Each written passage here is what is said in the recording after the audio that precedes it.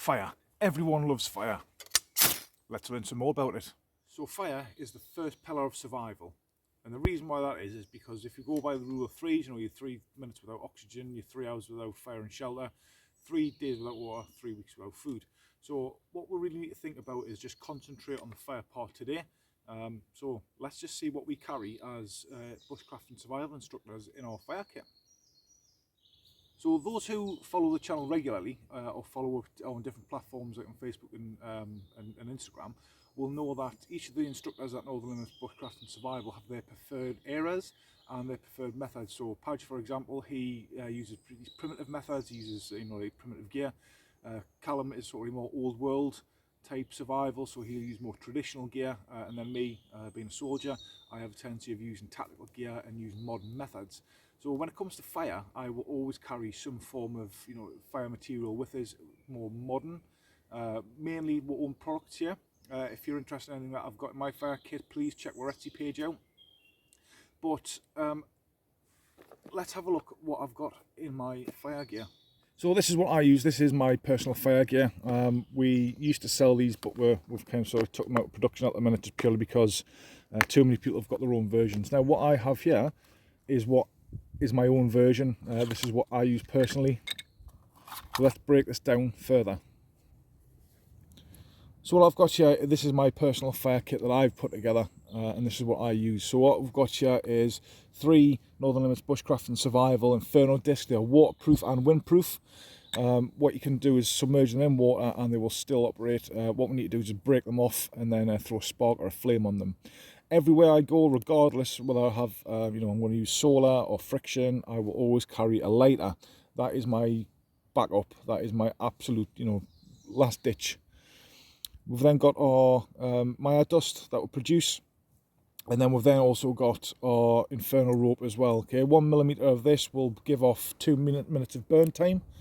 Yeah, we've got windproof matches just out of army rations, and then we've also then got some roller tape.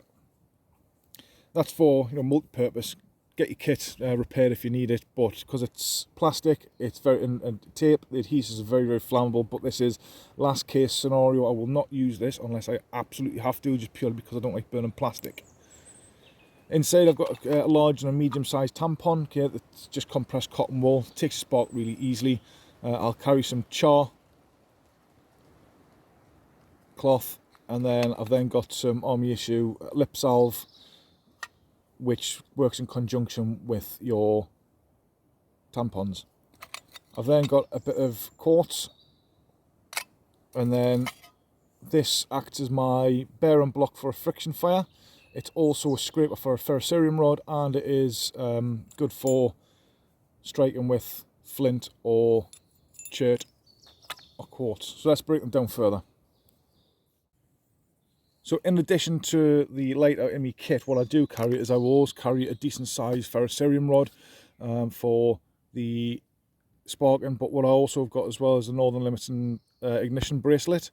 This has got a small ferrocerium toggle on it with a scraper, which you turn out again all on our Etsy page, and then it's got 2.2 meters of paracord as well. So the Inferno rope, brilliant bit of kit.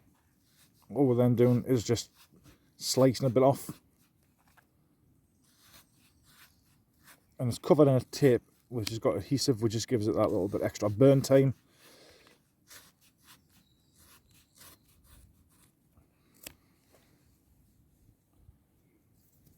What we'll then do is just fluff that up, because you see it's quite solid there. But all we do is just fluff that up.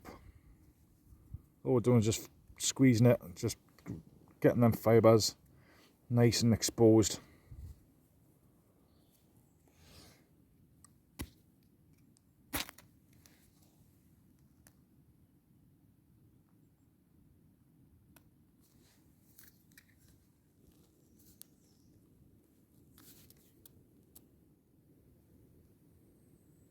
So next we have got the Inferno disc.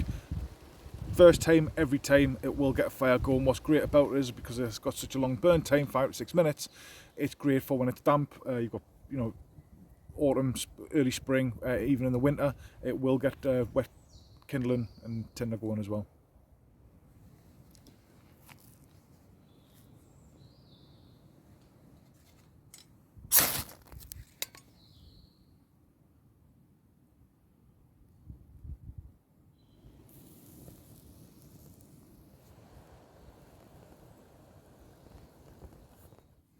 Now we have the Maya dust, which is just fat wood that's been shaved down.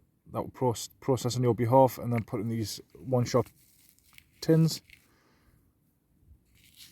And then what we'll do, take the desired amount and then throw a spark on it.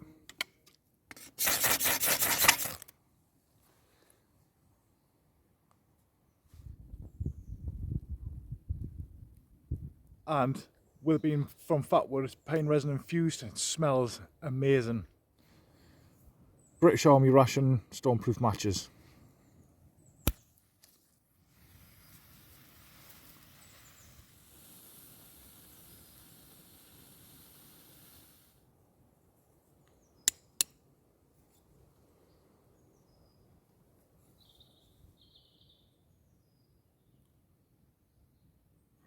That would then go into a tinder bundle and then just bellow into flames.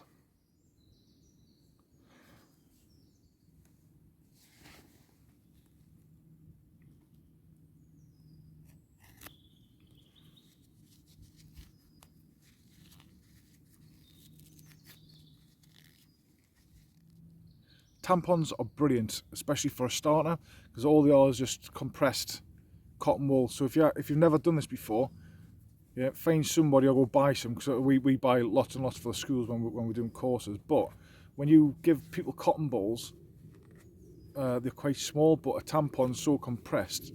Once you fluff it up, you know, you've got so much here, and this will take a tiny little spark from a flame or, you know, a lighter or a ferro rod, and that's how much you got.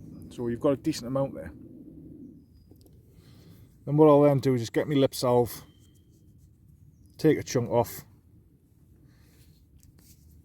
and then I'll just mush it in, smear it around, because all that's doing is the petroleum that's in it will just help it burn that a little bit longer. So let's use the ignition bracelet on this one.